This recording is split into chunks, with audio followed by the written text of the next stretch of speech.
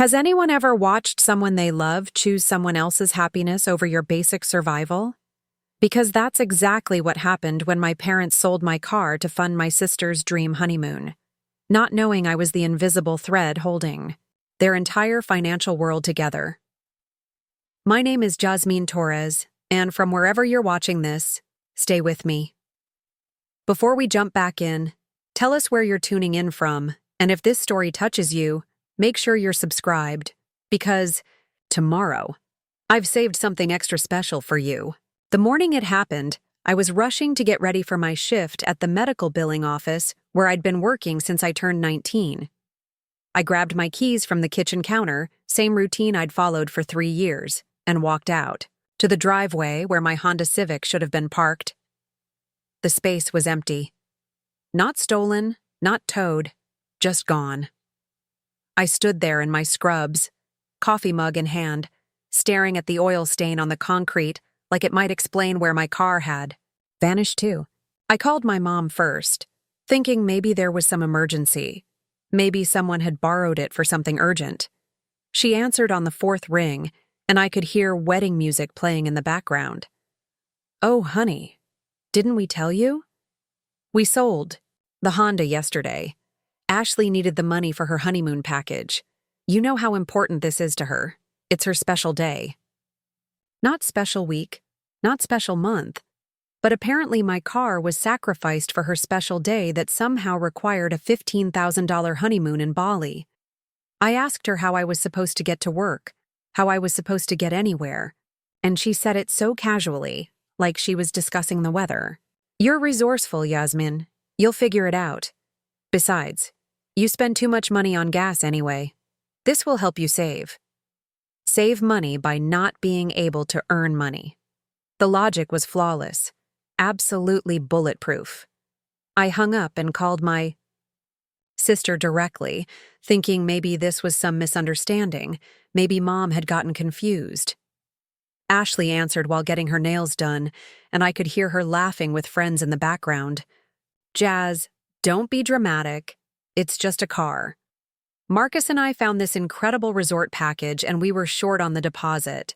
Mom said you'd understand because you're always so practical about money stuff. You can get another car later. Just a car. The car I'd saved for 8 months to buy. The car I'd been making payments on for 2 years. The car that was titled in my name, insured by me, maintained with my money. Just a car." But here's what they didn't know. What they never bothered to ask about when they made their generous decision with my property. That car wasn't just my transportation. It was my lifeline to the 3 different jobs I'd been working to keep their house from going into foreclosure. The house they'd refinanced twice. The house where the mortgage payments had mysteriously become my responsibility when Dad's construction business started failing, and Mom decided she needed to focus on her wellness coaching certification instead of her job at the insurance office. I'd been covering their mortgage for 18 months, not because I wanted to, but because the first time they couldn't make the payment, Dad sat me down with this desperate look in his eyes and said the bank was going to take everything. He showed me the past due notices, the threatening letters, and asked if I could help just this once, just until things turned around. I was 20 years old, barely making enough to cover my own expenses. But I said yes, because that's what family does, right? They help each other. Just this once turned into every month. My paycheck started going straight to their mortgage company while I lived off whatever was left, which wasn't much. I picked up weekend shifts at a retail store, started doing freelance, data entry work late at night, took on extra hours wherever I could find them. All so they could keep their 4-bedroom house with the pool they never cleaned, and the garden Mom never tended to because she was too busy finding herself through various spiritual practices that seemed to require expensive retreats and certification programs. Meanwhile, Ashley, who was 3 years older than me and had a decent job at a marketing firm, was planning her dream wedding. Not just any wedding, but a destination wedding in Costa Rica, followed by a 2-week honeymoon in Indonesia. She'd been planning it for 2 years, posting constant updates on social media about dress fittings and venue tastings and flower arrangements. Every family dinner became a wedding planning session where I'd sit quietly while they discussed vendor options and guest lists and seating charts for an event that was costing more than most people's annual salary. When they needed additional wedding funds, guess who got asked to contribute? When the caterer required a larger deposit, guess who was expected to help bridge the gap? When Ashley decided she needed a second dress for the reception, guess whose savings account took the hit? But it was always presented as temporary assistance, always with promises of being paid back once the wedding was over, once Dad's business picked up, once Mom's coaching career took off. The morning after my car disappeared, I had to call in, late to work, and explain that I'd lost my transportation overnight. My supervisor was understanding, but pointed out that this was a problem that needed to be solved quickly since my position required me to travel between different medical offices throughout the week. I spent my lunch break researching bus routes and ride-sharing costs, trying to figure out how I was going to maintain my income without a vehicle. That evening, I sat down with my laptop and started going through my bank statements, really looking at the numbers for the first time in months. What I found made my stomach drop. Over the past 2 years, I'd paid out over $40,000 to cover their various financial emergencies. The mortgage payments alone totaled $32,000. Then there were the utility bills when Dad's checks were late, the medical expenses when Mom's wellness insurance didn't cover her alternative treatments, the credit card minimums when their balances got too high. I'd essentially been running a one-person financial rescue operation for my parents while barely keeping my own head above water. I was living in a studio apartment across town, eating rice and beans most nights, wearing the same work clothes until they fell apart, all so they could maintain their lifestyle and fund my sister's fairy tale wedding. And now they'd sold my car, my ability to earn the money they depended on, without even consulting me. Preparing and narrating this story took us a lot of time, so if you are enjoying it, subscribe to our channel. It means a lot to us. Now back to the story. The next few days were a blur of borrowed rides, expensive Uber trips, and missed work hours. I had to turn down overtime shifts because I couldn't guarantee I'd have transportation. My income immediately dropped by about 30%, which meant I was going to struggle to make their next mortgage payment. When I mentioned this to my parents, thinking they'd finally understand the connection between my car and their financial stability, Mom looked at me like I was being unreasonable. "Jazmin, we raised you to be adaptable. You're young and smart. You'll find a way to make this work. Ashley only gets married once, and this honeymoon is something she'll remember forever. Your car situation is temporary. Her memories are permanent. Permanent $15,000 memories funded by selling someone else's property without permission. But sure, let's talk about what's temporary and what's permanent." I started keeping detailed records of every conversation, every financial transaction, every promise that was made and broken. I'd learned to document everything the hard way, after too many instances of being gaslighted about agreements that were suddenly forgotten or misremembered. I saved text messages, printed out bank statements, kept receipts for every payment I'd made on their behalf. Something told me I was going to need proof of everything eventually. Ashley's wedding was scheduled for 3 weeks after my car disappeared. The household was in full preparation mode, with vendors calling constantly, relatives arriving from out of town, and my parents running around handling last-minute details. Everyone was stressed and excited and completely absorbed in making sure Ashley's day was perfect. I felt like a ghost in my own family, invisible except when someone needed me to handle something or cover an unexpected expense. The week before the wedding, I got a call from the mortgage company. "Our records show that this month's payment is going to be late. Is there a problem we should be aware of?" I explained that I was having transportation issues that were affecting my work schedule, and asked if they could extend the due date by a few days. The customer service representative was polite but firm. "This account has had several late payments over the past year. We need to receive payment by the end of the week to avoid additional penalties and potential acceleration of the loan." Acceleration of the loan. That was a phrase I hadn't heard before, so I asked what it meant. If payments continue to be irregular, we have the right to demand immediate payment of the entire loan balance. Your account is getting close to that threshold. I thanked her for the information and hung up, feeling like I'd just been given a preview of coming attractions that nobody else in my family was prepared for. That night, I sat in my studio apartment with all my financial documents spread out on my little dining table, trying to figure out how to come up with the mortgage payment without a reliable income. I could put it on my credit card, but that would max out my available balance and leave me with no emergency cushion. I could try to pick up some temporary work, but without a car, my options were extremely limited. Or I could let the payment be late and see what happened. For the first time in 2 years, I seriously considered option 3. What would actually happen if I just stopped covering their financial emergencies? What would happen if the people who sold my car had to face the consequences of their own financial decisions? The thought was both terrifying and liberating. I'd been so focused on preventing their crisis that I'd never considered what might happen if I just stepped back and let reality unfold naturally. I called my best friend Natalie, who'd been watching this whole situation from the outside with increasing concern.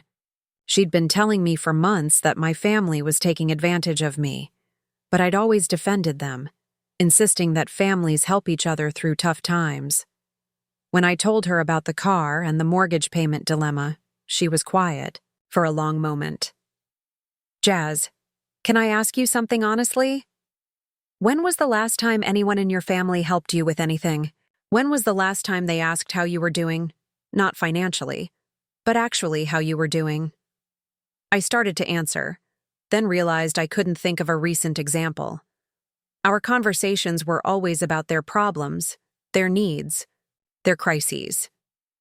When I talked about my own struggles, I was told I was being negative or dwelling on problems instead of finding solutions. What if, Natalie continued carefully, you just didn't make the payment this month?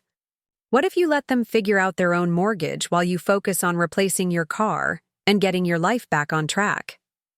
The suggestion felt radical, almost like she was proposing I commit some kind of crime. But technically, it wasn't my house, wasn't my loan, wasn't my legal responsibility. I was just the person who'd volunteered to help and then been unable to stop helping. The wedding came and went in a blur of flowers and champagne and social media posts.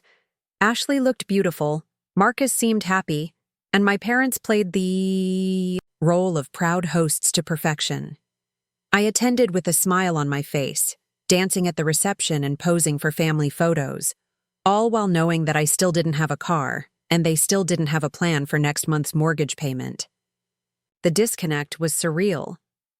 During the reception, I overheard my dad talking to one of his brothers about how proud he was of both his daughters, how Ashley was starting her new life with such a beautiful celebration, and how I was so responsible and reliable, always there when the family needed support.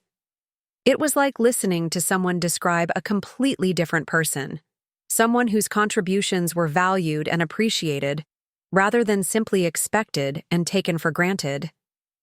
Ashley and Marcus left the next morning for their 3-week honeymoon adventure, posting pictures from the airport with captions about living their best life and following their dreams. My parents spent the following week recovering from the wedding stress and catching up on all the things they'd neglected while focusing on the celebration. Nobody mentioned my car. Nobody asked how I was managing my work situation. Nobody seemed concerned about the mortgage payment that was now officially late. I made a decision that felt both impulsive and inevitable. I wasn't going to make the mortgage payment this month. Instead, I was going to use that money to put a down payment on a replacement car so I could get my income back to normal levels. It felt like the most selfish and most sensible thing I could do simultaneously. I found a used Toyota at a dealership across town, arranged financing, and bought myself back the mobility that had been taken from me.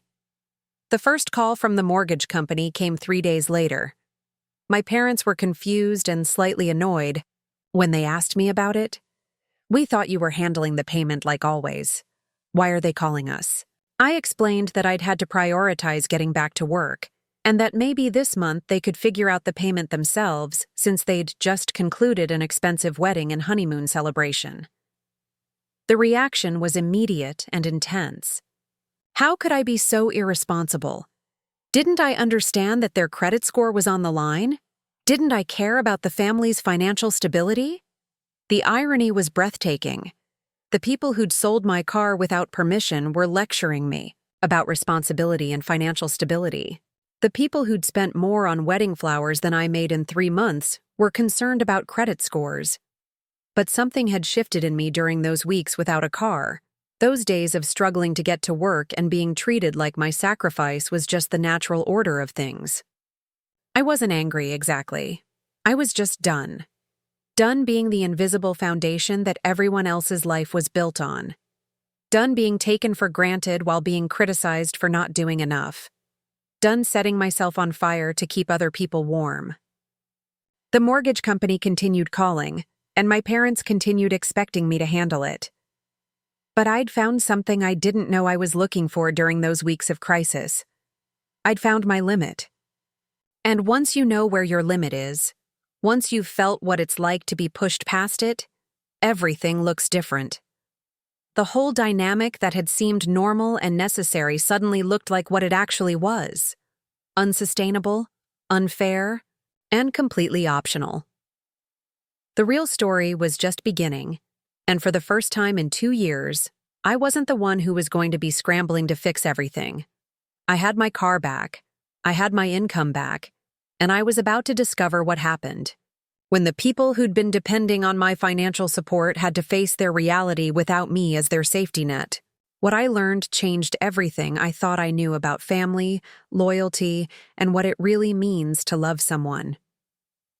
The foreclosure notice arrived on a Tuesday morning, certified mail with that distinctive green label that makes your heart skip even when you're not the one in trouble. My dad called me at work, his voice shaking in a way I'd never heard before.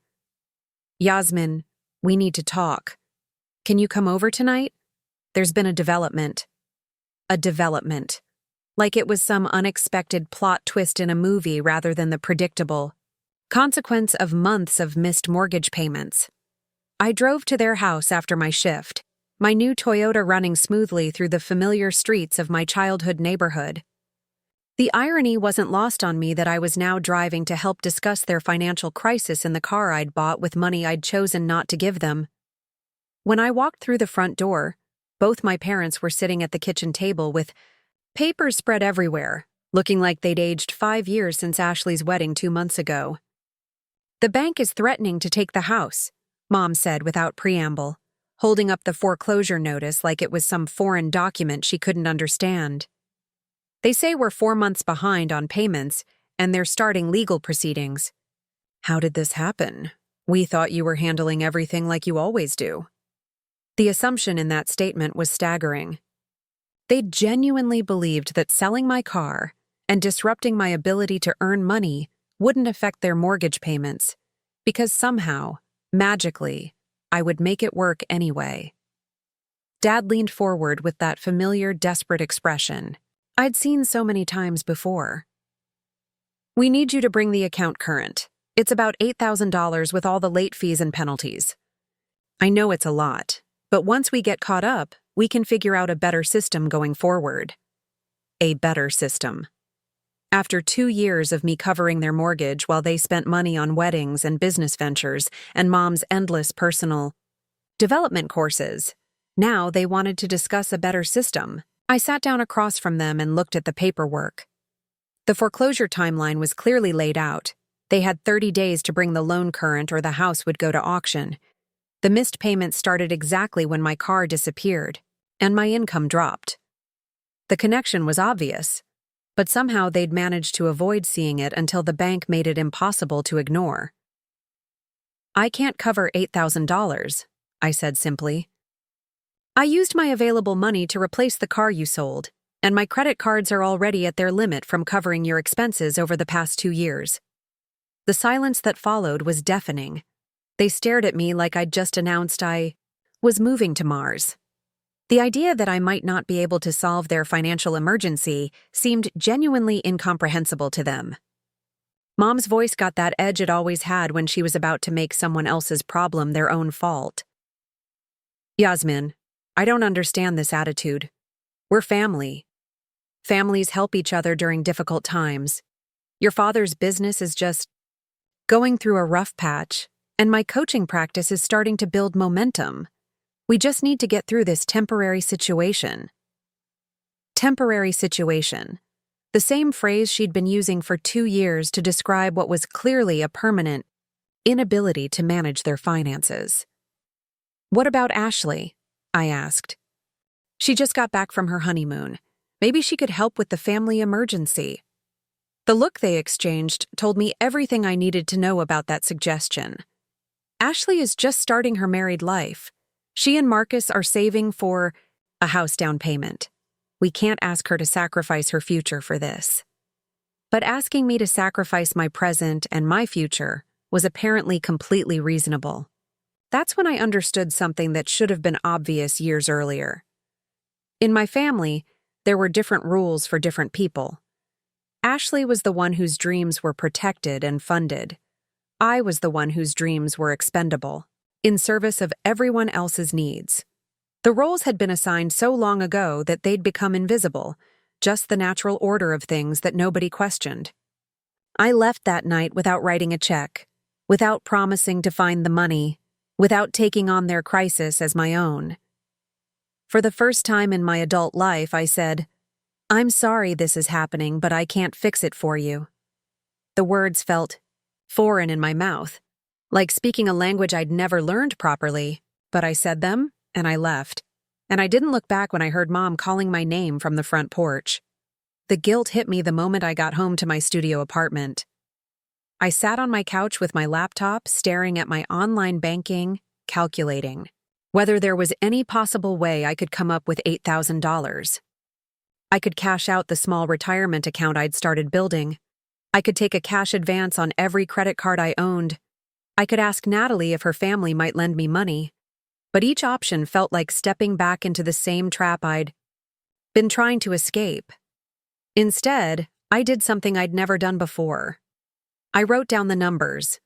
Not just the $8,000 they needed now, but everything I'd paid over the past 2 years. The mortgage payments, the utility bills, the insurance premiums, the credit card minimums, the medical expenses, the car repairs for vehicles I didn't drive, the home maintenance costs for a house I didn't live in. The total was overwhelming. Over $50,000 of my money had gone to keeping their lifestyle intact while I lived like a college student working 3 jobs. $50,000. I stared at that number and tried to imagine what my life might look like if I'd kept that money for myself. I could have had a real emergency fund. I could have taken vacation days without worrying about lost income. I could have moved to a nicer apartment, bought furniture that wasn't secondhand, gone back to school to finish my degree. Instead, I'd invested all of that money in preserving their illusion that their financial problems were temporary setbacks rather than systemic issues. The next morning, Dad called before I'd even had my coffee. "Jazmin, I've been thinking about our conversation yesterday. Maybe we got off on the wrong foot. What if we worked out a payment plan? You could cover half now and half next month, and we'll start taking over the payments after that." Still negotiating, still assuming I was going to be their solution, just looking for a way to make it more palatable. "Dad, I'm not covering any of it," I said, surprising myself with how calm my voice sounded. "You need to figure out a different solution." The pause was so long, I thought the call had dropped. When he spoke again, his voice had changed completely. "I don't understand what's gotten into you lately. This isn't like you at all. You've always been the responsible one, the one we could count on. Now you're acting like some stranger who doesn't care about family." The responsible one, the reliable one, the one they could count on, all code words for the one who fixed their problems without complaint. "Maybe the person who always fixed everything wasn't really me," I said. "Maybe that was just someone I was pretending to be because I thought that's what love looked like. I hung up before he could respond, before he could launch into another explanation of why their crisis was actually my responsibility. That weekend, Ashley called. She and Marcus were back from their honeymoon, tanned and relaxed and full of stories about Indonesian beaches and Balinese temples. She'd been tagged in my parents' social media posts about family challenges and unexpected difficulties and wanted to know what was going on.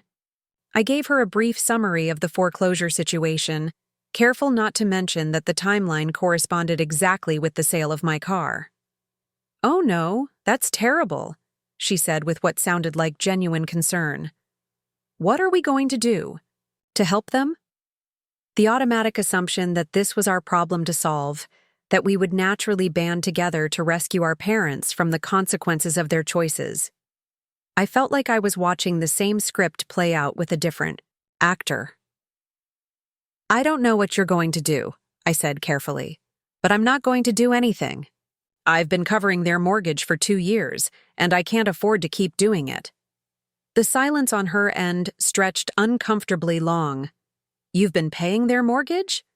Ashley's voice had a strange quality, like she was trying to process information that didn't fit with her understanding of our family dynamic. "For 2 years? Why didn't anyone tell me that?" "Because it wasn't supposed to be permanent," I explained.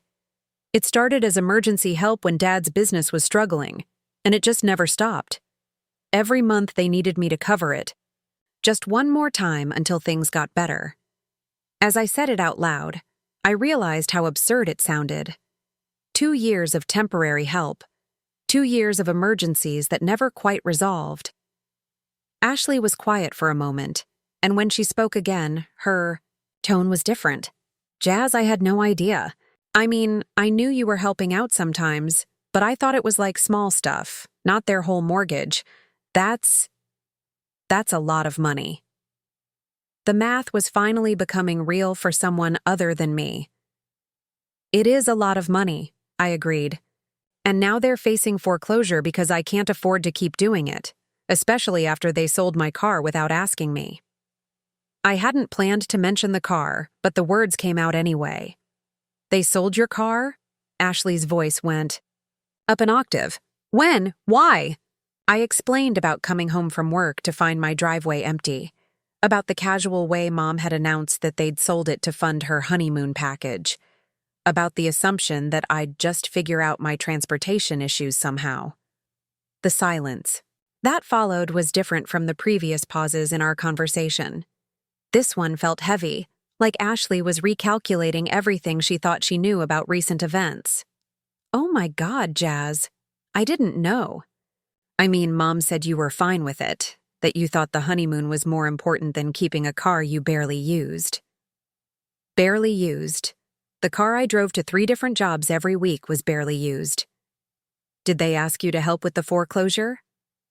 I asked, already knowing the answer, but curious how it had been presented to her. Ashley's pause confirmed what I suspected. Dad mentioned they were having some financial difficulties, but he said it was just a temporary cash flow issue and they were handling it.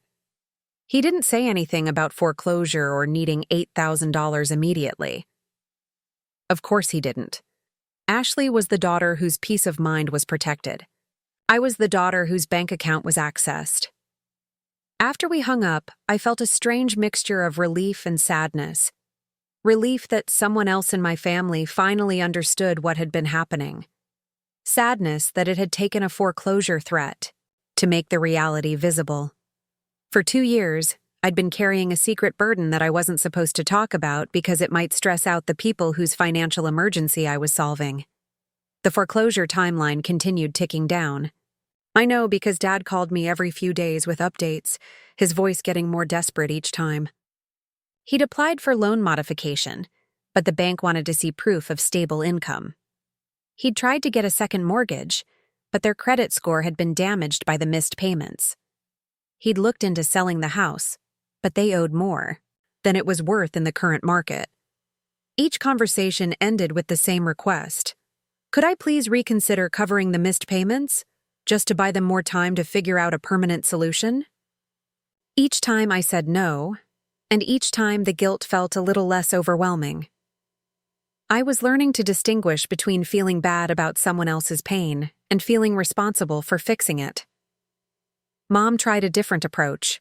She started calling to share updates about how the stress was affecting her health, how she wasn't sleeping, how her blood pressure was elevated, how her coaching clients were noticing that she seemed distracted. The implication was clear. If something happened to her health, it would be my fault for not preventing this crisis. The manipulation was so familiar I almost fell for it. But then I remembered something Natalie had said weeks earlier. When people are drowning, they'll grab onto anyone nearby and pull them under if that's what it takes to save themselves. That doesn't make them evil, but it doesn't mean you have to let them drown you either. I could feel bad for my parents without jumping into the water with them. 3 weeks into the foreclosure timeline, something interesting happened. Ashley called to tell me she'd had a long conversation with Mom and Dad about the family's financial situation. Apparently, once she understood the scope of what I'd been covering, she'd asked some pointed questions about their budget, their spending habits, and their long-term plan for financial stability. Jazz, I think there are some things about their finances that none of us fully understood, Ashley said carefully. Like, did you know that Mom spent $4,000 last month on a business coaching program? And Dad bought new equipment for his construction business even though he doesn't have any contracts lined up? I hadn't known about those specific purchases, but I wasn't surprised. There had always been essential expenses that weren't quite as essential as they seemed. Are you going to help them with the foreclosure? I asked, genuinely curious about her answer. Ashley was quiet for a moment. I talked to Marcus about it, and we decided we could help with maybe $2,000, but that's really stretching our budget since we're trying to save for our own house down payment. I feel guilty that I can't do more, but I also feel like maybe helping them avoid the consequences of their choices isn't actually helping them learn better financial management. It was the most insightful thing I'd heard anyone in my family say about this situation. The foreclosure auction was scheduled for a Thursday morning. I didn't plan to attend, but curiosity got the better of me, and I found myself driving past the courthouse that morning on my way to work. There was a small crowd gathered on the steps, mostly real estate investors and lawyers, but I could see my parents standing off to the side looking lost and overwhelmed. I didn't stop, didn't get out of my car, didn't wave. I just drove past and continued to my job, where I spent the day helping medical offices process insurance claims and manage patient billing. It felt surreal to be doing normal work tasks while knowing that my childhood home was being sold to the highest bidder a few miles away. The house sold for less than they owed on the mortgage, which meant my parents were facing not just homelessness, but also a deficiency judgment for the remaining loan balance. When Dad called to tell me what had happened, his voice was flat, defeated in a way I'd never heard before. "We have to be out by the end of the month," he said. "We're looking at apartments, but most of them require first month, last month, and security deposit up front, and we don't have that kind of cash available." Even in the middle of losing their house, they were still hinting around the edges of asking me for money. "Where are you going to go?" I asked, genuinely concerned but also determined not to offer financial assistance. There was a long pause before he answered. "We're not sure yet. Ashley said we could stay in her guest room temporarily, but that's not really a long-term solution since she and Marcus are newlyweds. At least Ashley was offering something, which was more than she'd ever been expected to do before." The next few weeks were a blur of activity as my parents dealt with the logistics of losing their home. They had to sort through 20 years of accumulated possessions, deciding what was worth paying to move and what could be donated or discarded. They had to find a rental that would accept tenants with a recent foreclosure on their credit report. They had to figure out how to rebuild their lives with significantly less space and significantly more financial constraints. I helped with the sorting and packing, showing up on weekends to box up books and kitchen supplies, but I didn't help financially. Every time the conversation turned to deposits or moving expenses or storage fees, I found something else to focus on. It felt strange to be physically present for their crisis while remaining financially detached, but it also felt like the healthiest boundary I'd ever maintained. Ashley, meanwhile, was getting a crash course in being the family's go-to person for financial emergencies.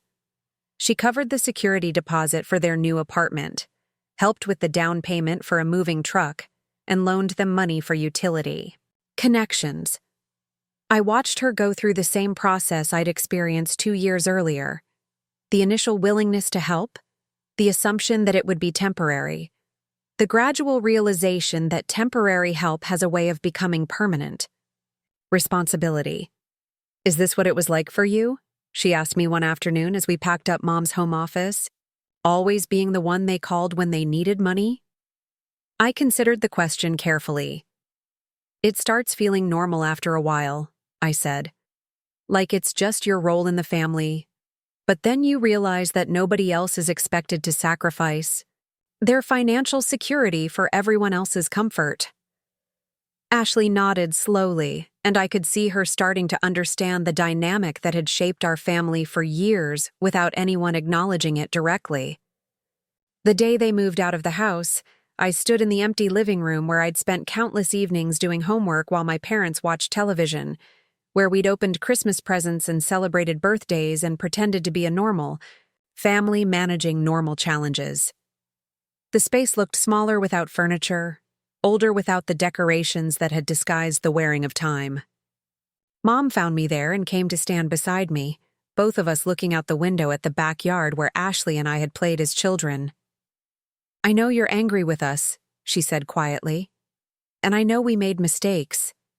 But I want you to understand that we never meant for things to get so out of hand. We really thought we were just going through a rough patch." I turned to look at her, this woman who had raised me and loved me and also treated my financial resources like they were part of the family's community property. "I'm not angry," I said, and realized it was true. "I'm just done being the solution to problems I didn't create." She nodded, tears in her eyes, and for a moment I felt the old urge to comfort her, to take responsibility for her emotional pain the same way I'd taken responsibility for her financial pain. But I didn't. I hugged her goodbye and walked out, to my car, driving away from my childhood home for the last time with a strange sense of completion. Their new apartment was a 2-bedroom unit in a complex across town, about half the size of the house they'd lost.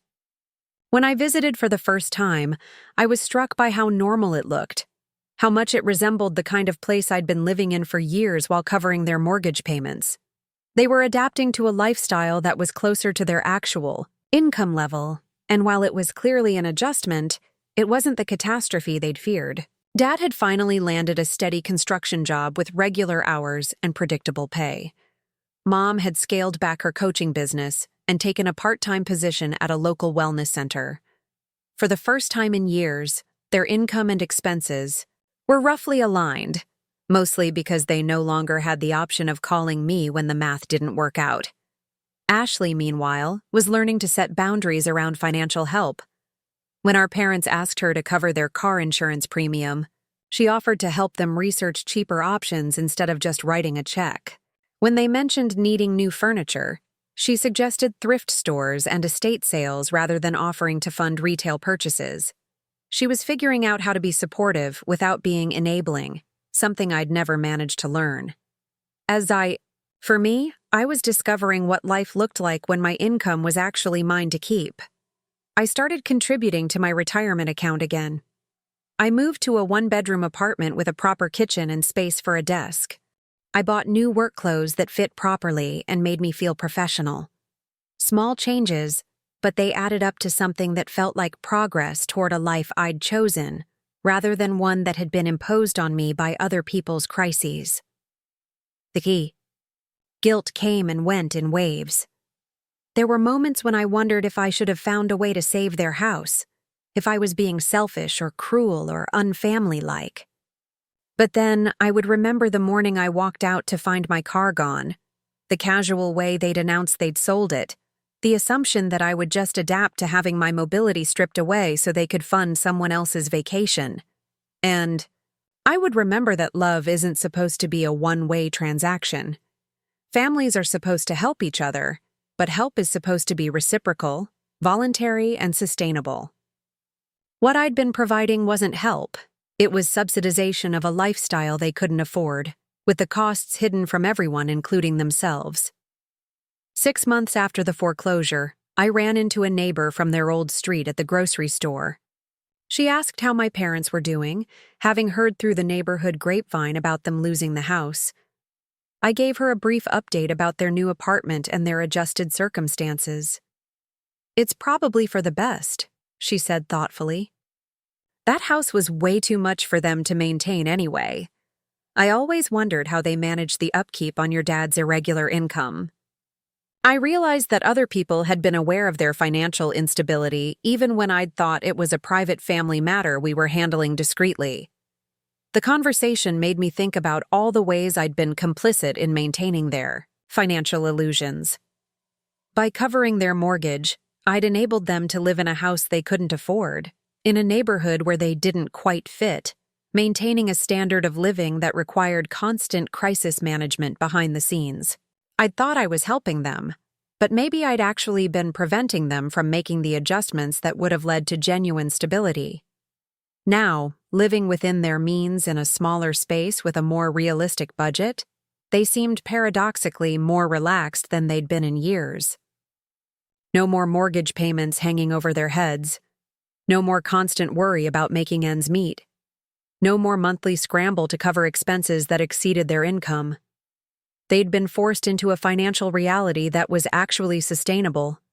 And while the adjustment had been painful, the result was arguably healthier than what they'd lost. As I drove home from the grocery store that day, I thought about the difference between helping someone and enabling them, between love and financial enmeshment, between being a good daughter and being a personal bailout fund. The lines had been blurred for so long that I'd lost track of where family obligation ended and self-sacrifice began. But now I knew.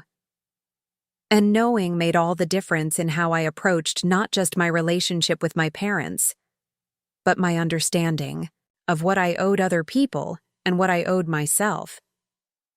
The girl who used to stay awake at night worrying about their mortgage payments was gone, replaced by someone who understood that you can love people without financing their poor decisions. The real test would come the next time they faced a financial emergency, the next time they called asking for help, the next time I had to choose between their immediate comfort and my long-term well-being. But for now, for the first time in years, I was living my own life instead of subsidizing someone else's, and that felt like the beginning of something important. Something that looked a lot like freedom. The first time they asked for money after the foreclosure, it was Mom calling about a medical bill. 3 months had passed since they'd moved into their apartment, and I'd started to believe we'd entered a new phase where they managed their own finances. The call came on a Wednesday evening while I was making dinner in my new kitchen. Finally, having space to cook real meals instead of surviving on instant noodles and takeout. "Jazmin, honey, I hate to bother you, but I had to go to urgent care last week for this persistent cough, and my insurance didn't cover as much as we expected. The bill is $400, and with everything else we're dealing with right now, we just can't swing it." Her voice had that familiar apologetic tone that used to make me reach for my checkbook immediately, but this time I found myself stirring my pasta sauce and waiting to see what came next. "Have you tried setting up a payment plan with the medical center?" I asked, genuinely curious about what options they'd explored before calling me. There was a pause, like she hadn't expected me to ask questions instead of just solving the problem. "Well, we could do that, but you know how those things work. They charge interest, and it just makes everything more expensive in the long run. It would be so much simpler if we could just take care of it now and avoid all those extra fees." The logic was familiar. Spending my money now to save them money later, as if my financial resources were a more efficient solution than the payment plans that existed specifically for this situation. Mom, I can't cover the medical bill, I said, continuing to cook while we talked. But I can help you call them tomorrow to set up the payment plan if you want. The silence stretched long enough that I wondered if the call had dropped. I don't understand, she finally said. It's only $400. I know you have that much in your account. Why are you making this so difficult? The assumption that she knew my account balance, that she'd calculated my ability to pay and found it sufficient, was breathtaking in its presumption. It's not about whether I have the money, I explained patiently. It's about the fact that you need to handle your own expenses now. I can't keep being your emergency fund every time something unexpected comes up. I could hear her breathing on the other end of the line, processing this response that didn't fit the script she'd expected our conversation to follow. Jazmin, I raised you better than this, she said, her voice taking on that sharp edge I remembered from childhood arguments. Family takes care of family. When you were little and needed things, we didn't hesitate to provide for you. Now that we need help, you're acting like we're strangers asking for handouts.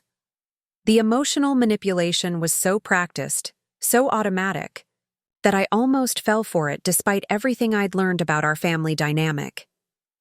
You provided for me when I was a child because that was your legal and moral obligation as parents, I said calmly. I don't have the same obligation to provide for you as adults, especially when you're capable of managing your own affairs. The words felt strange coming out of my mouth, like speaking a foreign language I'd just learned. She hung up without saying goodbye, and I finished making dinner in the sudden quiet of my apartment. Part of me wanted to call back and apologize, to offer to split the difference or find some compromise that would smooth things over.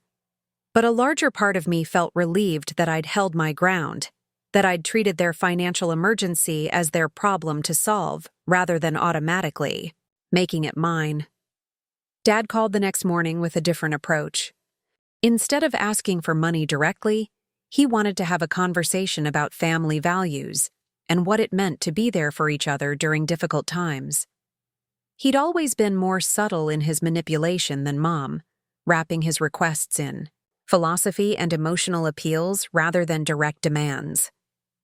I've been thinking about our family, he began, and how we've always been there for each other through thick and thin.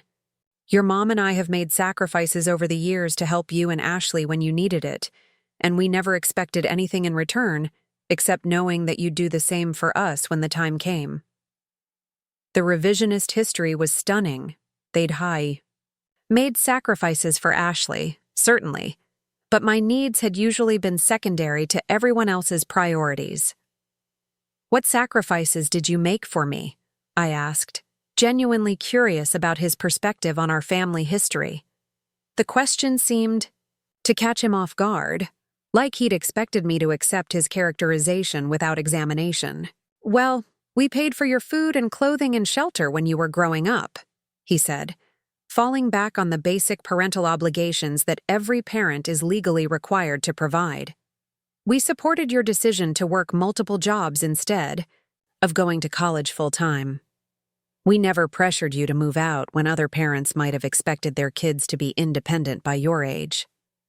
Supporting my decision to work multiple jobs, the decision I'd made because I was covering their mortgage and couldn't afford to be a full-time student, they'd supported it because it benefited them financially, not because they thought it was the best path for my future, and not pressuring me to move out when I was paying a significant portion of their housing costs wasn't exactly a parental sacrifice.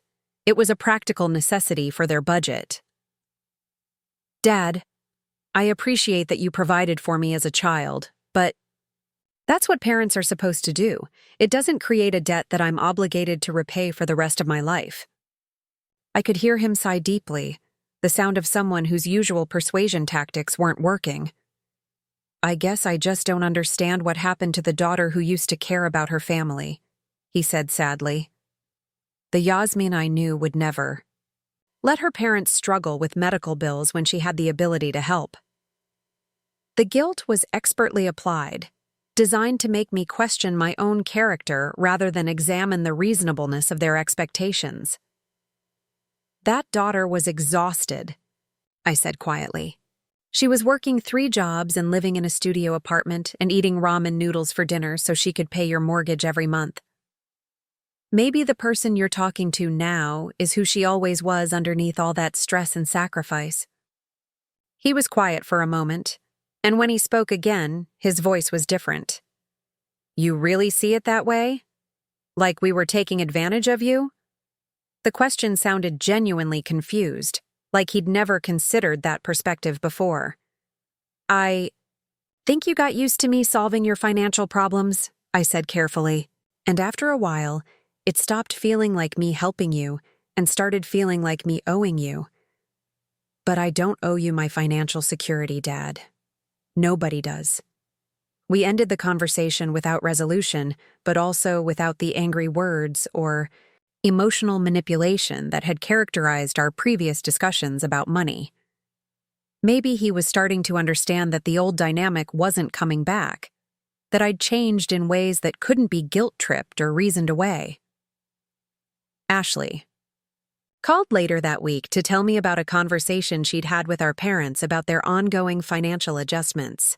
Apparently, they'd been complaining to her about my unwillingness to help with the medical bill, hoping she might intervene on their behalf, or at least validate their sense of being wronged by my selfishness. They're really struggling to understand why you won't help them anymore, Ashley said. Mom keeps saying you used to be so generous, and now you act like you don't care about family. I could hear the confusion in her voice. She was caught between her growing understanding of what I'd been through and her lifelong conditioning to see me as the family's financial problem solver. What do you think? I asked, curious about her perspective now that she'd been in the position of being their primary source of emergency funding for several months. Ashley was quiet for a moment. Honestly, I'm starting to understand why you stepped back. Marcus and I have helped them with maybe $3,000 since they moved, and they've never once said thank you, or asked what we could afford, or offered to pay us back. It's like they just expect it, like it's not really help, but something we owe them. The realization was dawning on her the same way it had dawned on me, slowly, then all at once. Have they asked you about the medical bill? I wondered if they were working their way through the family hierarchy, trying to find someone who would still respond to their financial emergencies with immediate assistance. Not directly, but Dad mentioned it and said something about how tight things are right now. I think they're hoping I'll offer. Ashley sounded tired in a way I recognized, the exhaustion that comes from being someone else's financial safety net. Are you going to? I asked, trying to keep any judgment out of my voice. Whatever decision she made was hers to make, and she'd have to live with the consequences either way. I don't think so, she said slowly. $400 might not sound like much, but we're trying to save for a house down payment, and every time we help them with something, it sets us back. Plus, you're right about the payment plan thing. Medical bills are specifically designed to be paid over time. There's no real emergency here. It was the first time I'd heard Ashley analyze one of their requests instead of just responding to it. The first time she'd considered her own financial goals as equally important to their immediate needs. The shift felt significant, like maybe she was learning the same lesson I'd learned about the difference between helping and enabling. The medical bill situation resolved itself when Mom finally called the urgent care center and discovered they offered interest-free payment plans for balances under $500. She could pay $50 a month for 8 months with no additional fees, which was completely manageable within their new budget. The crisis that had seemed so urgent and unsolvable disappeared the moment they actually explored their options instead of defaulting to family funding. But the pattern didn't stop there. Over the next few months, there was always something. The washing machine in their apartment broke, and they needed help with repair costs. Dad's truck needed new tires. Mom wanted to attend a weekend workshop for her coaching certification, but couldn't afford the registration fee. Each request was presented as reasonable, temporary and urgent, exactly the way they'd always presented their financial needs. Each time I said no, not angrily, not with lengthy explanations, just a simple statement that I couldn't help with that expense. Each time they found other solutions or discovered the crisis wasn't as urgent as they'd initially believed. The washing machine repair could wait until their next paycheck. Dad found used tires at a fraction of the cost of new ones. Mom decided the workshop could be postponed until her business was generating more income. What struck me was how quickly they adapted to not having me as their financial backup plan. Within 6 months of the foreclosure, they'd developed actual budgeting skills, started researching solutions before asking for help, and learned to distinguish between wants and needs in a way they'd never bothered to do when my money was available, to bridge the gap. Ashley, meanwhile, was going through her own process of setting boundaries around financial help. She'd started asking questions before offering assistance. What had they tried first? What other options were available? How did this expense fit into their overall budget? The questions weren't mean-spirited, but they were practical, and they had the effect of making our parents think through their requests more carefully before making them. "I think we trained them to be financially irresponsible," Ashley said during one of our weekly phone calls. "By always being there to solve their problems, we never gave them a reason to learn how to solve the problems themselves." It was a sobering realization. The idea that our attempts to help had actually made them less capable of managing their own lives. The dynamic in our family was shifting in ways that went beyond just money. Without the constant financial crises to manage, our conversations started covering other topics. Mom told me about her clients at the wellness center and the challenges of building a coaching practice on the side. Dad talked about his construction projects and his coworkers and his plans for eventually starting his own small contracting business again. For the first time in years, they seemed to have mental and emotional energy for things other than their financial emergencies. The constant stress of living beyond their means had been replaced by the relative peace of living within a budget they could actually manage. They were complaining less, asking for advice instead of money, and showing interest in my life beyond my ability to solve their problems. I started visiting them more regularly, partly because the visits no longer felt like ATM transactions. Disguised as family time, we could have dinner together without the conversation inevitably turning to their latest financial crisis. We could watch movies or play board games without me wondering when they were going to bring up whatever expense they needed help covering. The apartment they'd moved into after losing the house was actually nice in ways their old house hadn't been. Everything was newer, more efficient, easier to maintain. They had a small balcony with a view of a little courtyard where other residents grew vegetables in container gardens. Mom had started growing herbs in pots, something she'd never had time for when she was managing the larger property and its endless maintenance needs. Dad seemed less stressed without the constant worry about mortgage payments and home repairs. His new job was steady and predictable, with regular hours and decent benefits.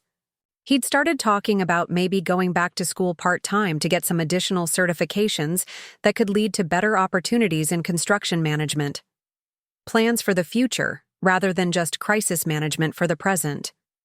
But the biggest change was in how they talked about money. Instead of treating financial problems as emergencies that required immediate external solutions, they'd started approaching them as puzzles to be solved through planning and creativity. When their rent increased by $50 a month, they didn't call me. They looked at their budget to see where they could trim expenses or whether Dad could pick up some weekend side work. When Mom's car needed repairs, she got quotes from 3 different mechanics and researched whether it made more sense to fix the current car or replace it with something more reliable. She made spreadsheets comparing the costs and benefits of different options. The woman who used to make financial decisions based on immediate emotional reactions was now researching and planning like someone who understood that her choices had consequences she'd have to live with. The transformation was remarkable, and it made me realize how much of their previous financial chaos had been enabled by the knowledge that I would step in when things got too difficult, remove that safety net, and they'd been forced to develop. Actual financial management skills. It was like watching someone learn to swim by discovering that the pool didn't have a shallow end. Ashley was going through a similar realization about her own relationship with money and family obligations. She'd started setting aside a specific amount each month for family emergencies, but with clear boundaries about how much and how often she was willing to help. When our parents asked for assistance, she could check her budget and give a definitive answer rather than scrambling to figure out how to make it work. I used to think that love meant saying yes to everything, she told me, but watching how they've adapted to us setting boundaries, I think maybe love actually means helping people become more capable, not just rescuing them from their problems. It was a profound shift in perspective, one that took me years to develop, and she was reaching in months. The holidays that year were different from any I could remember. For the first time, our family gatherings weren't shadowed by financial stress or unspoken tensions about money. Mom and Dad seemed more present, more engaged in conversations that weren't about their latest crisis. They asked about my work, my apartment, my plans for the future, questions about my life rather than my bank account. Ashley and Marcus hosted Thanksgiving in their new house, a small but beautiful place they'd been able to buy after several months of not having their savings depleted by family financial emergencies. The house was a tangible representation of what became possible when they prioritized their own financial goals, instead of constantly diverting money to solve other people's problems. During dinner, Dad raised his glass for a toast that surprised everyone. I want to thank our girls for teaching us some hard lessons this year about responsibility and independence. We didn't make it easy for you to set boundaries with us, but you did it anyway, and we're better people because of it. The acknowledgement was unexpected and moving, a recognition that our decision to stop enabling their financial dysfunction had actually been an act of love rather than selfishness. Mom nodded, tears in her eyes. I know we didn't handle everything well when you stopped helping us the way you used to, but looking back now, I can see that we'd gotten lazy about managing our own lives because we knew you'd always be there to fix things. Learning to solve our own problems has been hard, but it's also been good for us. The conversation that followed was the most honest discussion our family had ever had about money, responsibility, and the difference between helping and enabling. We talked about the ways we'd all contributed to unhealthy patterns, the assumptions we'd made about each other's obligations, and the lessons we'd learned about setting and respecting boundaries. It wasn't a perfect resolution. Families are messy and complicated, and changing long-established patterns takes time and patience. But it was a beginning, a recognition that love doesn't require financial sacrifice, and that sometimes the most caring thing you can do for someone is to let them experience the consequences of their choices. As I drove home that night, I thought about the woman I'd been 2 years earlier, stressed, exhausted, living paycheck to paycheck while subsidizing other people's lifestyle choices.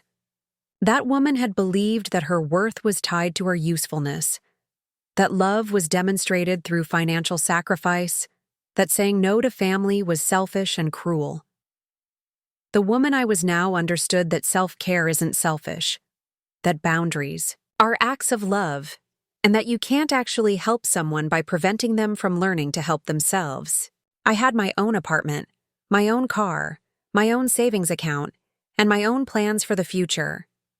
For the first time in my adult life, I was living my own life instead of funding someone else's. The guilt still surfaced sometimes, especially when I saw how much my parents had struggled during the transition from financial dependence to independence. But the guilt was balanced by the knowledge that they were stronger now, more capable, more genuinely stable than they'd been when their security depended on my ability to solve their problems. They'd learned to budget, to plan, to research solutions, to live within their means. They'd discovered that most financial emergencies aren't actually emergencies, and that there are usually multiple ways to solve a problem if you're willing to put in the effort to find them. They'd become adults in a way they hadn't been when they could always call me to fix things. and I'd learned that loving someone doesn't mean making their problems disappear. Sometimes it means standing back and letting them struggle until they develop the skills and confidence to handle their own challenges. It's harder in the short term, both for them and for you, but it's healthier in the long run for everyone involved. The year ended with all of us in better financial shape than we'd been in years. My parents were living within their means for the first time in decades. Ashley and Marcus had bought their house and were building their own financial security. And I was finally building the life I'd deferred for years while I tried to hold everyone else's life together. It wasn't the ending I'd expected when this all started, but it was better than what I'd hoped for. We were still family, but we were family on healthier terms, with clearer boundaries and more realistic expectations of each other. The love was still there, but it was no longer tangled up with money, obligation, and resentment. Looking back, I could see that the car being sold was just the catalyst for changes that needed to happen anyway. The real problem had never been any single financial crisis, but the pattern of financial dysfunction that had become our family's normal way of operating. Breaking that pattern had been painful for everyone, but it had also been necessary. Now we were all learning to swim in our own lives instead of relying on someone else to keep us afloat. It was scarier, but it was also more honest, more sustainable, and ultimately more loving than the dysfunctional dynamic we'd maintained for years. We'd all grown up, finally, and discovered that we were stronger than we'd known. 2 years later, when Ashley called me crying, I almost didn't answer. It was a Tuesday evening, and I was finishing up my application for a business management program at the local community college. For the first time since high school, I had enough financial stability to think about going back to school, to invest in my own future instead of everyone else's emergencies. The phone kept ringing, and something in the persistence made me pick. Jazz, I don't know what to do, Ashley sobbed into the phone. Marcus lost his job today. They're downsizing his entire department, and he only gets 2 weeks of severance. We have the mortgage, the car payments, the credit cards from the wedding, and I don't know how we're going to make it. The panic in her voice was familiar, the same tone I'd heard from our parents countless times over the years. My first instinct was to ask how much they needed, to start calculating what I could afford to contribute, to immediately begin solving their problem. But I caught myself, took a breath and asked a different question instead. What's your plan? My plan? Ashley sounded confused, like I'd asked her to explain quantum physics. Jazz, I just told you Marcus lost his job. We're going to lose everything. I need to know if you can help us with the mortgage payment this month while we figure things out. The assumption was automatic. Crisis equals call Jazmin. Crisis equals financial rescue.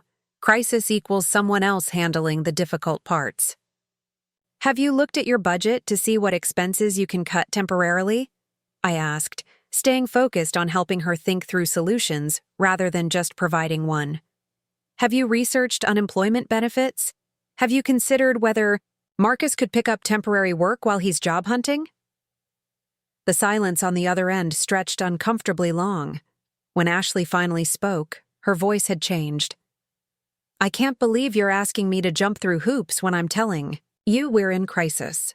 This is exactly what Mom and Dad said would happen, that you'd changed, that you don't care about family anymore. I guess they were right.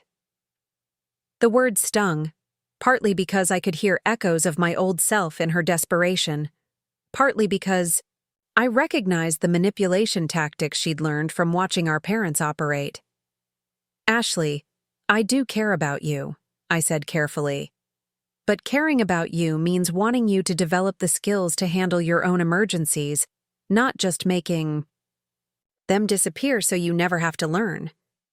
Skills? Her voice rose in pitch. Jazz, we're talking about our house. We could lose our house. This isn't the time for life lessons. The familiar refrain. This crisis is different. This emergency is too urgent for anything but immediate financial intervention. This time, the consequences are too serious to allow. for learning experiences. "You're not going to lose your house this month," I said gently. "You might have to make some hard choices and some temporary sacrifices, but you have options you haven't explored yet. What you don't have is the right to make your crisis automatically become my financial responsibility." Ashley hung up without saying goodbye, and I sat staring at my college application, wondering if I was being cruel or wise, selfish or healthy. The guilt was immediate and overwhelming. My sister was in pain, asking for help, and I was refusing to provide the kind of assistance I'd given freely for years. But underneath the guilt was something else, something that felt like resolve. Over the next few days, I heard through family networks about Ashley and Marcus's situation. They'd applied for unemployment benefits, which would cover about 60% of Marcus's previous income for up to 26 weeks. Ashley had picked up extra hours at her marketing job and was exploring freelance opportunities. Marcus was sending out resumes and had already had 2 interviews lined up through professional contacts.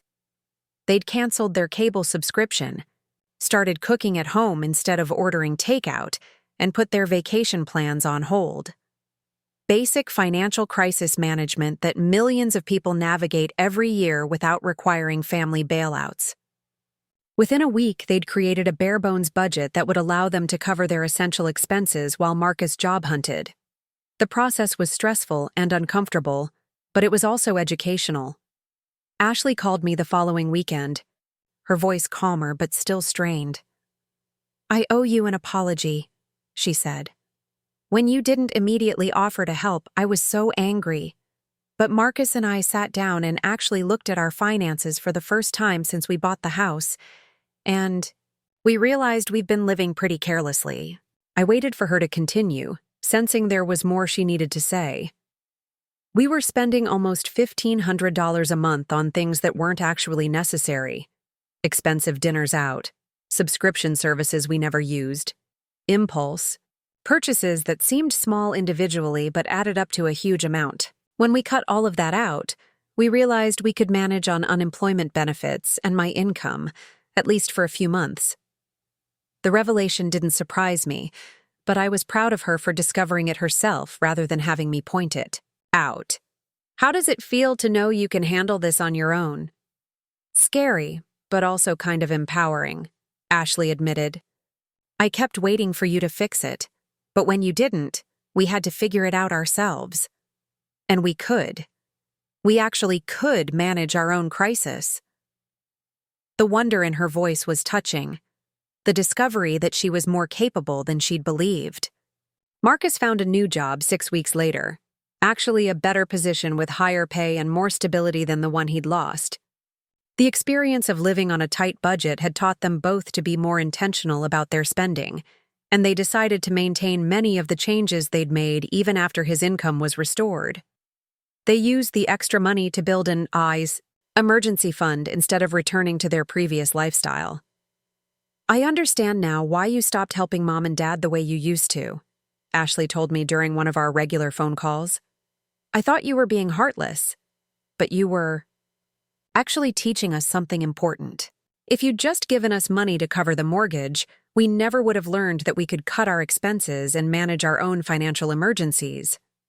The insight felt like validation for choices that had been difficult and sometimes lonely. For years, I'd been painted as the selfish daughter who'd abandoned her family when they needed her most.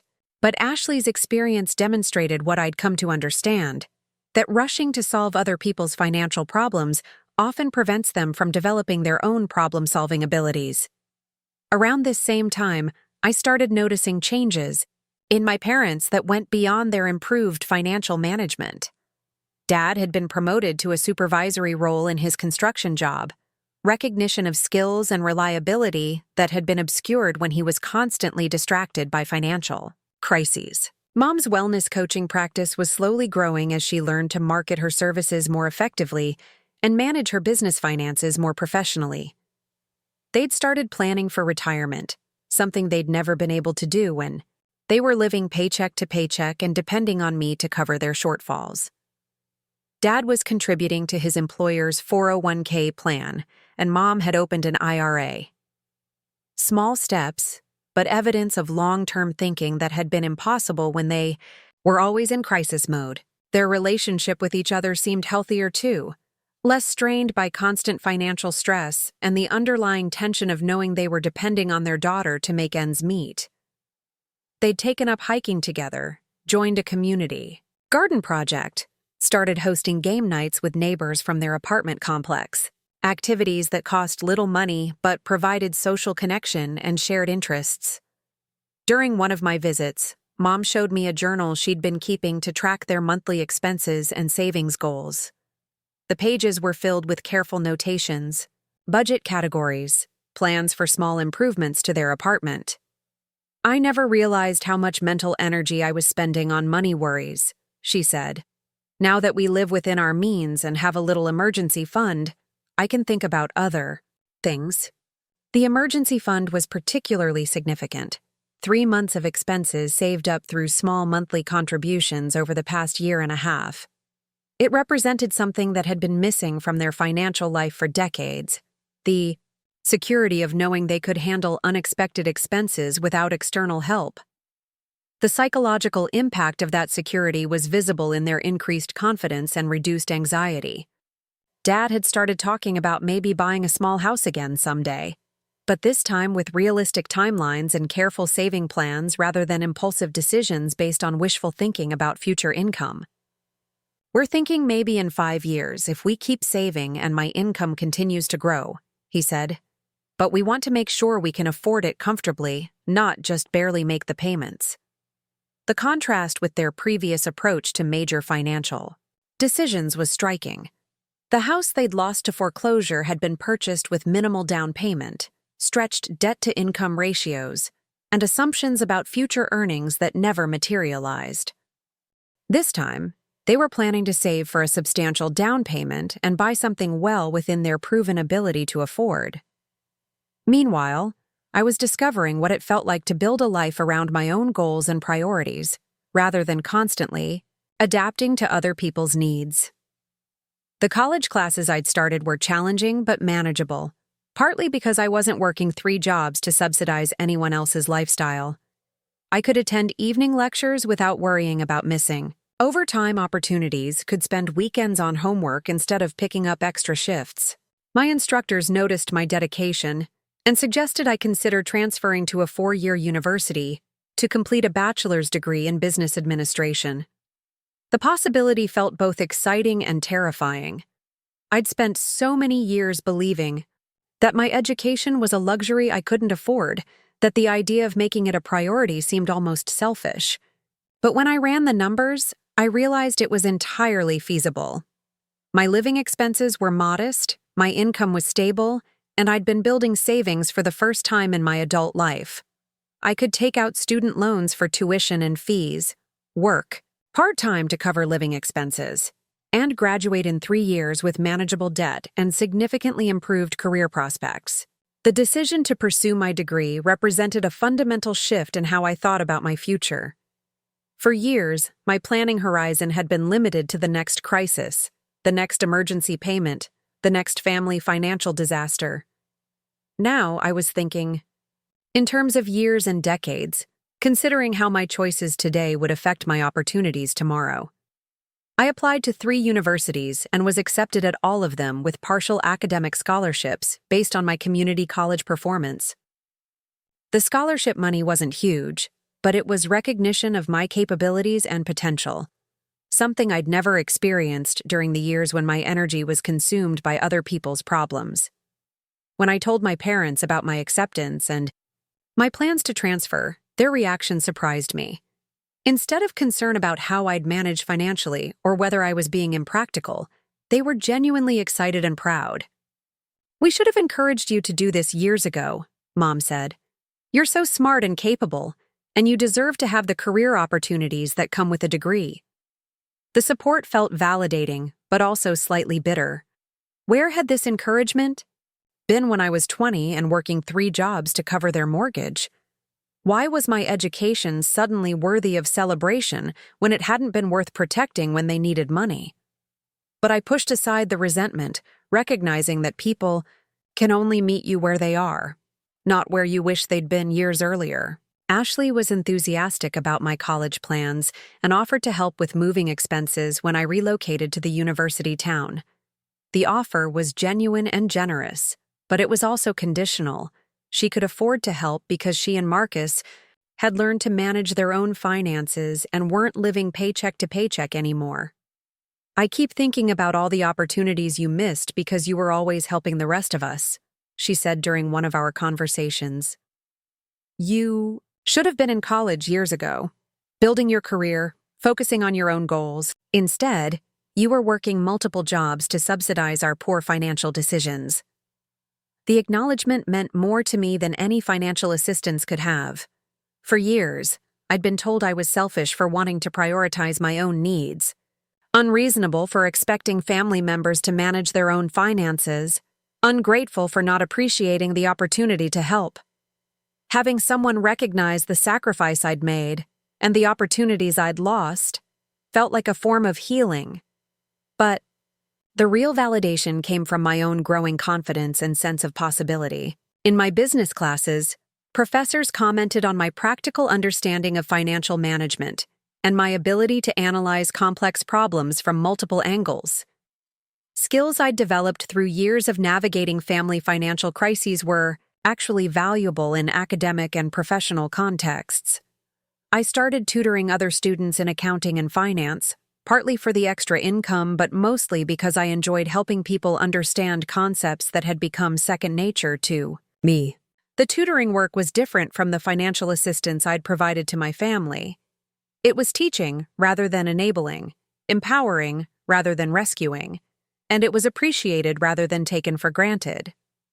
One of my professors approached me about a summer internship at a local nonprofit organization that provided financial counseling to low-income families. The position would involve helping people create budgets, understand credit reports, develop debt repayment plans, and access resources for financial stability. Essentially, I'd be teaching other people the skills my family had been forced to learn when I stopped solving their problems for them. The irony was perfect. My experience with family financial dysfunction had prepared me for a career helping other families develop healthier relationships with money. The years I'd spent subsidizing poor financial decisions had taught me to recognize the patterns that lead to chronic financial instability, and my experience setting boundaries had shown me the importance of empowering people to solve their own problems. The internship led to a part-time job during my final year of college, and then to a full-time position after graduation as a financial counselor and program coordinator. My starting salary was more than I'd ever earned, even when I was working. 3 jobs, and the work was meaningful in ways that my previous employment had never been. I was helping people break cycles of financial dysfunction, teaching them to distinguish between emergencies and inconveniences, showing them how to build budgets and emergency funds and long-term financial security. Every day, I worked with individuals and families who were learning the same lessons my own family had learned about living within their means and solving their own problems. Some clients resisted the process, preferring quick fixes and external solutions to the harder work of changing their financial habits and decision-making patterns. Others embraced the challenge and discovered capabilities they didn't know they possessed. The variety reminded me that people respond differently to boundaries and expectations, but that growth usually requires some level of discomfort and struggle. My own family had become an example of successful financial transformation, something I referenced carefully in my professional work without violating their privacy.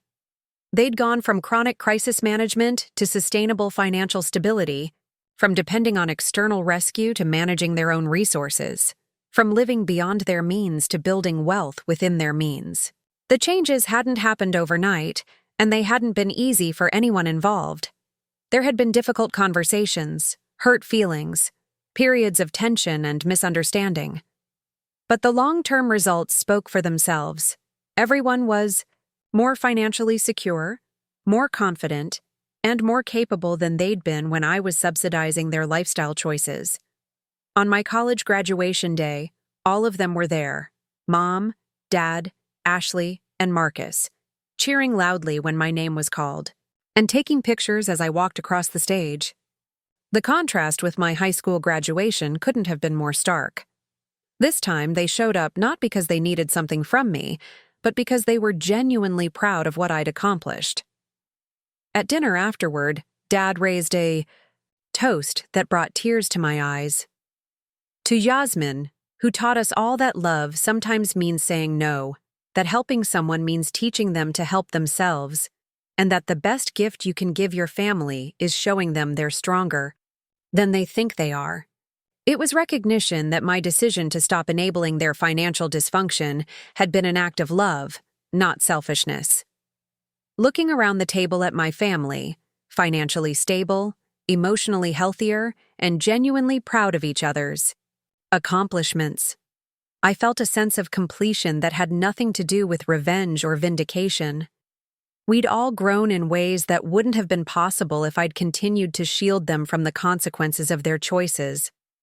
The girl who used to wake up at night worrying about their mortgage payments was gone, replaced by a woman who understood that you can love people without managing their lives, support them without financing their mistakes, and care about their well-being without sacrificing your own.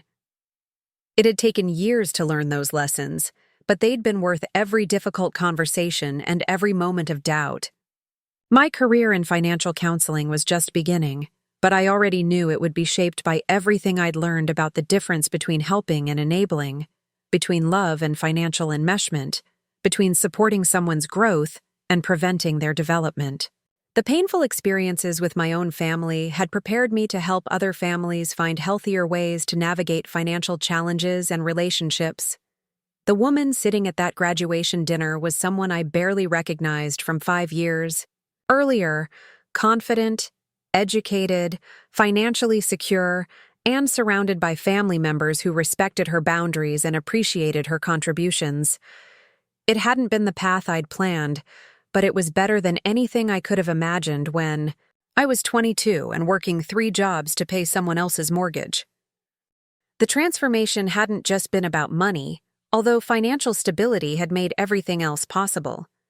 It had been about learning to value myself enough to set boundaries, to believe I deserved to pursue my own goals, to understand that my worth wasn't tied to my usefulness to other people. Those lessons had changed not just my bank account, but my entire relationship with myself and my future.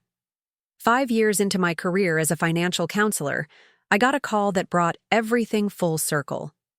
The voice on the other end was hesitant, nervous, asking if I was the Jazmin Torres who worked at the Community Financial Wellness Center. When I confirmed my identity, the woman introduced herself as Maria Santos, and her story sounded achingly familiar. "My daughter has been supporting our family financially for the past 3 years," Maria explained.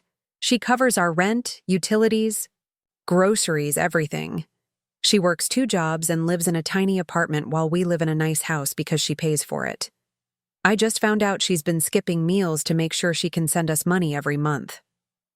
The pain in her voice was genuine, the recognition that something had gone terribly wrong in their family dynamic. "She won't listen to us when we try to talk to her about stopping," Maria continued. "She says we need her, that she's the only one keeping us from being homeless, and she gets angry when we suggest she should focus on her own life. I don't know how to convince her that we can take care of ourselves, that we don't want her to sacrifice her future for our present." The conversation lasted over an hour, and by the end, I'd agreed to meet with both Maria and her daughter Carmen. It was the first time I'd taken on a case that so closely mirrored my own experience, and I wasn't entirely sure I could maintain the professional objectivity required. But something about Maria's genuine distress and her commitment to changing the pattern convinced me to try. Carmen was 24 years old, working as a pharmacy technician during the day and cleaning offices at night. She lived in a studio apartment across town from her parents' 3-bedroom house, surviving on crackers and peanut butter while sending them $800 every month. The numbers were different from my situation, but the underlying dynamic was identical. "I don't understand why everyone thinks this is a problem," Carmen said during our first session together. "Family helps family. My parents raised me, fed me, clothed me, sent me to school. Now it's my turn to take care. of them. This is what love looks like. The words could have come directly from my own mouth 7 years earlier.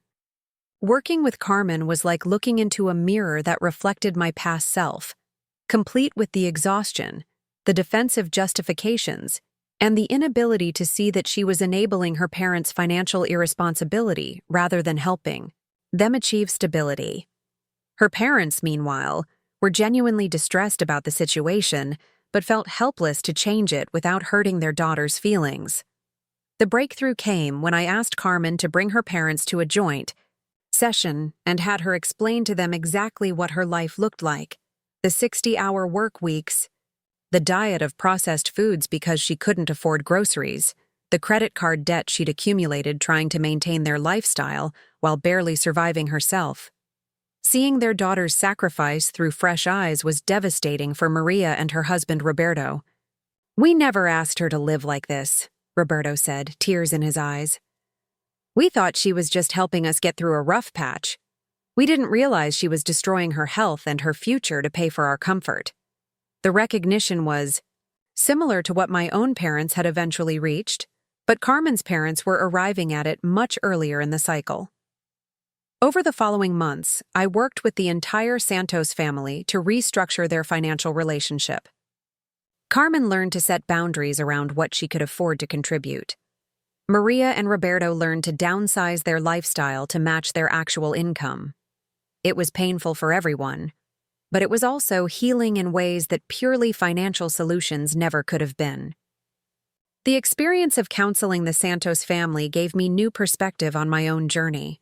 I could see clearly how destructive the enabling pattern had been, not just for me, but for my parents as well. By constantly rescuing them from financial consequences, I'd prevented them from learning the skills they needed to be truly independent and stable. But I could also see how difficult it was to break these patterns once they were established. Carmen resisted changing her role as the family's financial savior, just as strongly as I had resisted admitting that my help wasn't actually helping.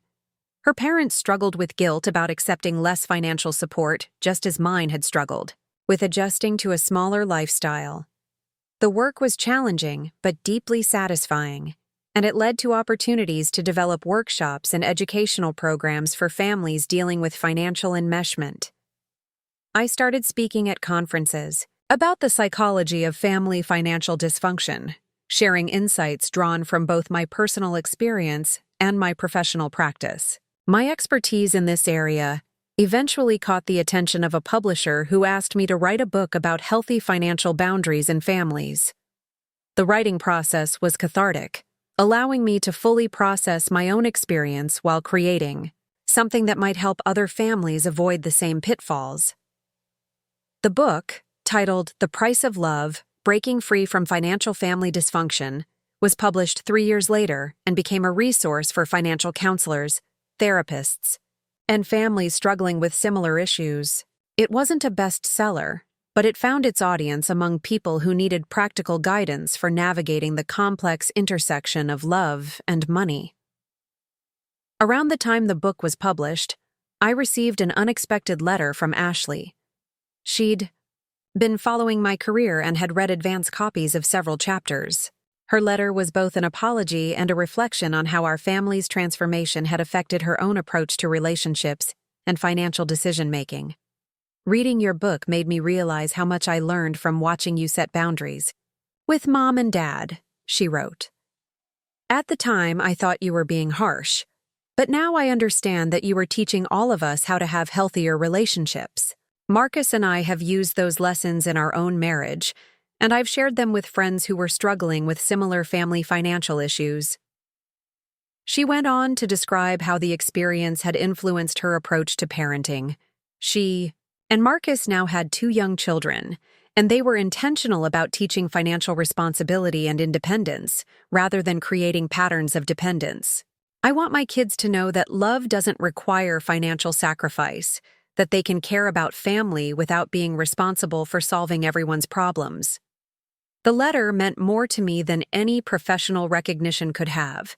It was evidence that the painful process of restructuring our family's financial relationships had created positive ripple effects that extended beyond the immediate participants. Ashley had learned lessons that she was now passing on to the next generation, breaking cycles that might otherwise have continued. My relationship with my parents had continued to evolve and strengthen over the years. They were now in their early 60s, financially stable and planning for retirement. Dad had eventually started his own small contracting business, which had grown steadily through referrals and reputation. Mom's wellness coaching practice had developed into a sustainable, part-time income that she genuinely enjoyed. They'd bought a small house 2 years earlier, this time with a substantial down payment and conservative financing that they could easily afford. The house was modest but charming, with a garden where Mom grew vegetables and flowers, and a workshop where Dad could pursue woodworking projects in his spare time. The most significant change was in how they related to money and to each other. Financial decisions were made jointly, with careful consideration of their budget and long-term goals. They'd learned to distinguish between wants and needs, to plan for expenses instead of treating them as emergencies, and to communicate openly about their financial concerns and priorities. They'd also learned to appreciate the security that came from living within their means. "I sleep better now than I have in years," Dad told me during one of our regular phone calls. "There's something peaceful about knowing that we can pay our bills without depending on anyone else, that we're not one emergency away from disaster." The pride in their voices when they talked about their financial stability was touching. They'd discovered the satisfaction that comes from being genuinely independent, from knowing that their security was built on their own efforts and sound financial management rather than on their daughter's sacrifice. For my part, I'd built a life that reflected my values and priorities rather than other people's crises. I'd purchased a small house near the university where I occasionally taught evening courses in personal finance. The house was nothing fancy, but it was mine. Mortgage payments I could easily afford, utilities I budgeted for, maintenance I planned and saved for. I'd also started a scholarship fund for first-generation college students from working-class families, funded partly through proceeds from my book and partly through my own monthly contributions. The scholarship wasn't large, but it had helped a dozen students complete their education without taking on crushing debt or working so many hours that their studies suffered. The work felt like a way of honoring the sacrifices I'd made and the lessons I'd learned. Instead of resenting the years I'd spent financially supporting my family, I could see them as preparation for a career that allowed me to help other people navigate similar challenges more successfully. At 32, I was single by choice, focused on my career and my community involvement rather than searching for a romantic partner.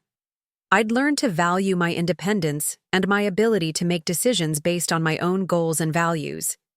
If the right relationship came along, I was open to it, but I was also content with the life I'd built for myself.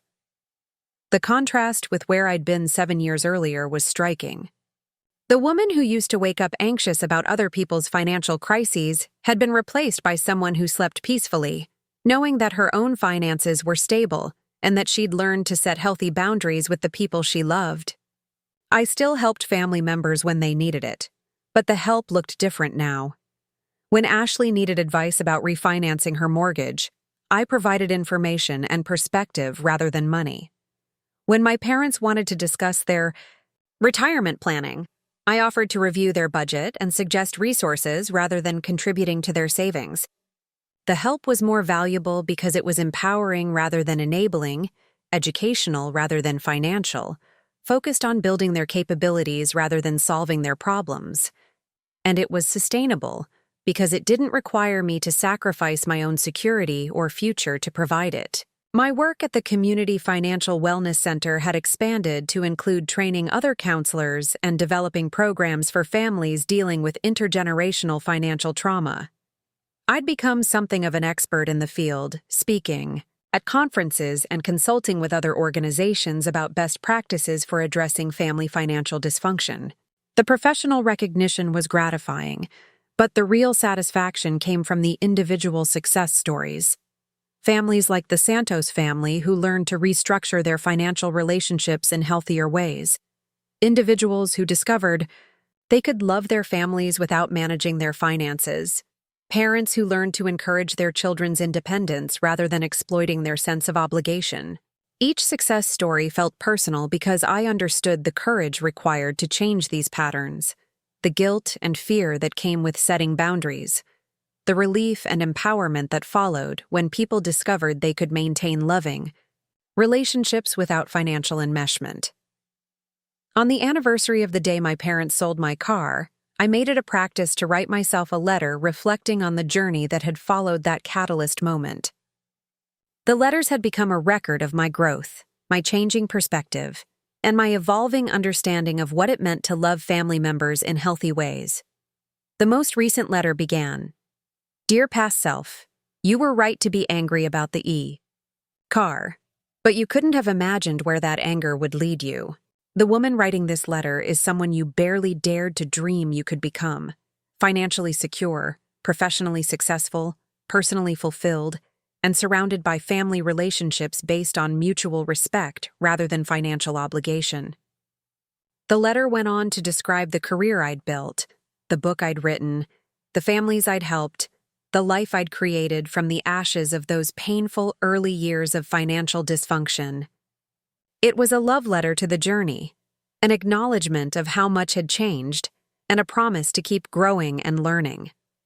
But perhaps the most significant part of the letter was the recognition that the difficult experience with my family had ultimately been a gift. It had taught me lessons about boundaries, self-worth, and healthy relationships that I might never have learned otherwise. It had prepared me for work that was meaningful and impactful in ways I couldn't have anticipated. The pain had been real, the sacrifice had been substantial, and the process of change had been difficult for everyone involved. But the outcome had been better than anything I could have planned or imagined when I was 22, and feeling trapped by other people's financial needs. 7 years after my parents sold my car to fund my sister's honeymoon, we were all living different lives. Better lives, healthier lives, more authentic lives. The crisis that had seemed so devastating at the time had actually been the beginning of the most important growth any of us had ever experienced. We'd learned that love doesn't require financial sacrifice, that family members can support each other without managing each other's lives, and that sometimes the most caring thing you can do for someone is to let them experience the consequences of their choices. These weren't easy lessons, but they were transformative ones. The family that had once been characterized by financial chaos, crisis management, and unhealthy dependencies had become a group of individuals who genuinely enjoyed each other's company, respected each other's boundaries, and celebrated each other's successes. We'd discovered that it was possible to be close without being enmeshed, supportive without being enabling, loving without being sacrificial. Looking back, I could see that the moment my parents sold my car had been a crossroads where I could have continued down the path of financial martyrdom or chosen to forge a different way forward. I was grateful every day that I'd found the courage to choose the harder path that led to genuine independence and healthy relationships. The girl who used to believe that her worth was measured by her willingness to solve other people's problems had grown into a woman who understood that her greatest value lay in her ability to help people solve their own problems. It wasn't the ending anyone had expected, but it was better than anything we'd dared to hope for. Today, when people ask me about the secret to financial wellness, I tell them it starts with understanding the difference between helping and enabling, between love and obligation, between supporting someone's growth and preventing their development. These distinctions aren't always clear, and learning to navigate them requires practice, patience, and sometimes professional guidance. But for families willing to do the work, the rewards are immeasurable. Relationships based on choice rather than obligation, love expressed through respect rather than rescue, and the deep satisfaction that comes from knowing that everyone in the family is capable of managing their own life and contributing to the well-being of others from a place of strength rather than desperation.